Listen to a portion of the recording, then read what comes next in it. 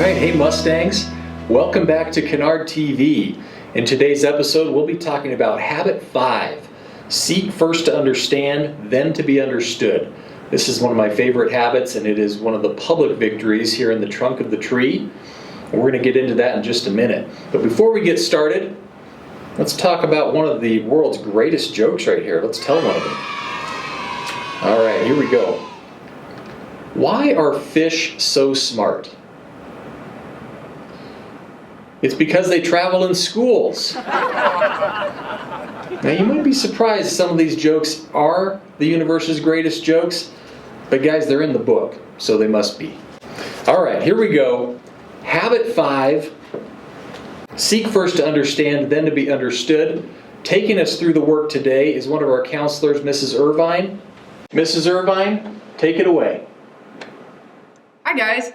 So I'm Ms. Irvine, and I'm here to talk to you about seek first to understand.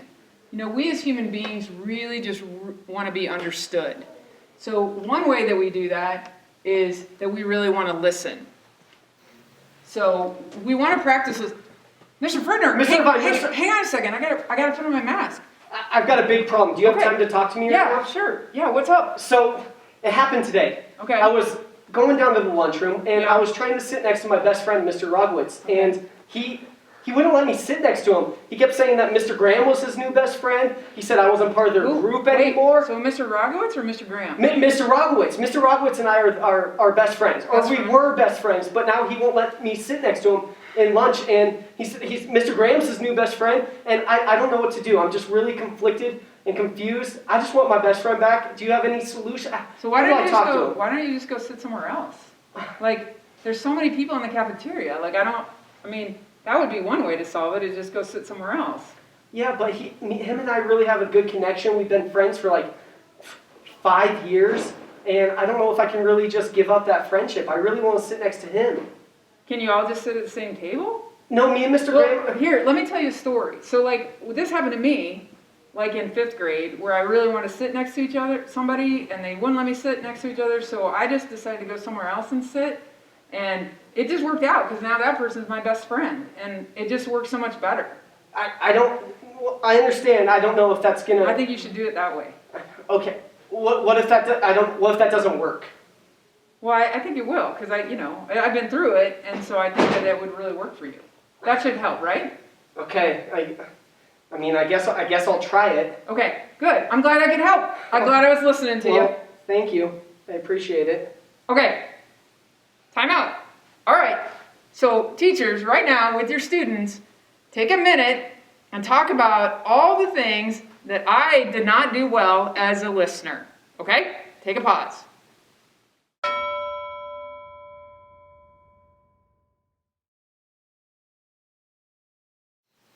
All right. So hopefully you guys were able to talk about some of these things that I did not do well. I was spacing out. I was playing with my phone. I wasn't making great eye contact. There were times where I was pretending to listen. I was kind of looking at him sometimes, wasn't looking at him other times. I was selectively listening. I got the names wrong one time, who he was really in conflict with. I was just kind of picking up different parts of the conversation that he was saying. I was listening to his words, but did I notice anything about how frustrated he was? He was grabbing his hair. He was sticking his hands in his pockets. He was moving around a lot. I wasn't paying attention to his tone of voice. He was really frustrated. I think he was lonely. I think he was left out maybe. He was really stressed, and I didn't address any of the emotions that he had. And I was very self-centered, right? I was telling him what I would do. I was telling him what happened to me. I was telling him what he should do to solve the problem. And that is very easy to do because we want to help our friends, right? We want to help them by giving them advice, or we want to help them by telling them our stories. But that is not very good listening. Mr. Ferdner, did you feel like you were understood? I did not. Did you feel like I was really connecting with you as a human heart? I did not feel that. Okay. So I would like to do it over again. Would you like to do it over again? That sounds like a great idea. Let's try it again. All right. Let's try it again. Mr. Irvine, Mr. Irvine, Hang on, Mr. Verner. I gotta put on my mask. do you have a moment to talk to me real quick?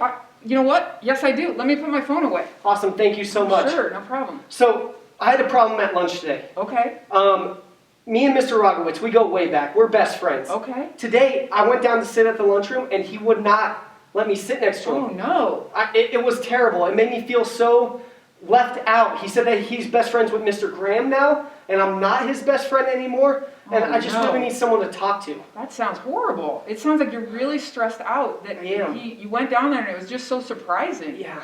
Oh, man, I can see how stressed out and just upset you are.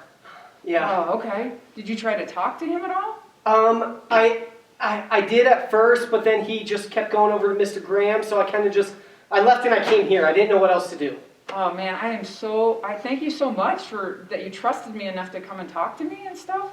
I really want to help you. So maybe we can think about some ideas that you could do to just feel better about the situation and get it off your chest, but also maybe what you can do to help solve the problem. That would be great. That would be Okay. excellent. Okay. Well, do you need to vent somewhere? Do you just need to get off your chest somewhere? I just, maybe just a little bit, I just don't understand like why Mr. Rogowitz wouldn't want to sit with me. Confusing. It's super confusing. Super confusing. Yeah, man, I'm so sorry about that, especially so abrupt. Very abrupt. Okay. So, have you guys ever done anything all together? We have not, actually. Okay. So that may not be something you want to start with. Maybe not start with, but that's interesting. Okay. But Mr. Rogowitz is really who you've connected with the most. He is. I've That's known the him most 5. important. Yes, I've known Most him for important. 5 years. Okay. Okay. So just venting a little bit, getting off your chest is really important. And then maybe starting with Mr. Rogowitz, if you were going to solve something, that's who you want to start with. Absolutely. Is that a good idea? Oh, it sounds like the most important thing to you. It really is. Okay, awesome. Well, let's get a plan, but can we take a pause right now? Let's do it. Okay, so class, let's talk about some of the things that went better that time. So if you look at our list, I felt like that time we tried to do a little bit more where we were looking eyeball to eyeball, we were really listening with our ears.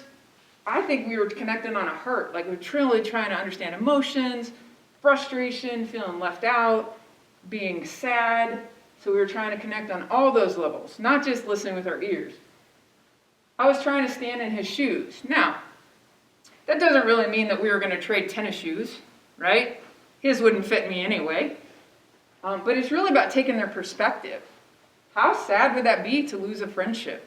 You know, I may not know what that feels like. I may have a different view. Sometimes around here we get kids that get in conflict, and they may have very different views about something.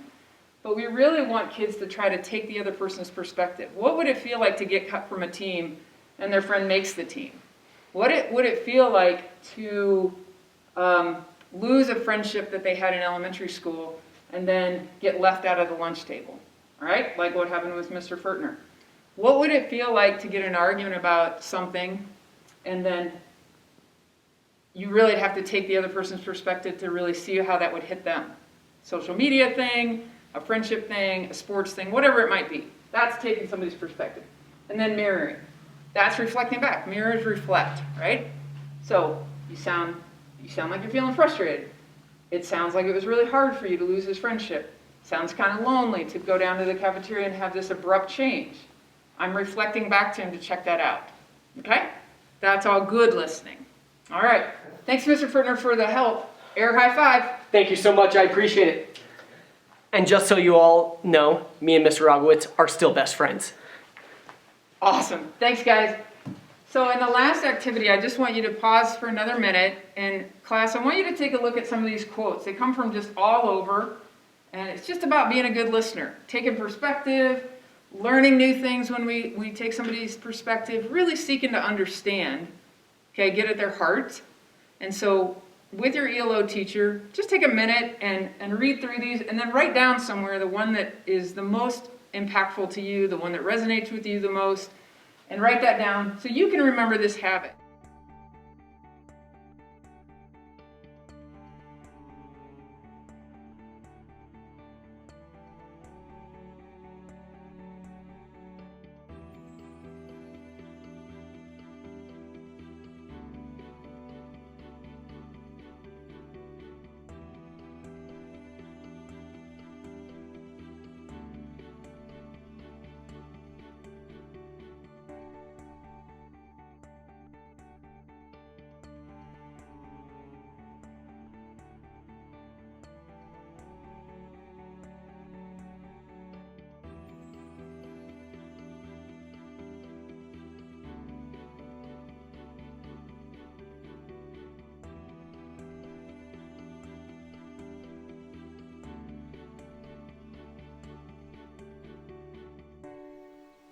All right, hey, Mr. Morrow, thanks so much for letting us chime in today on Seek First to Understand.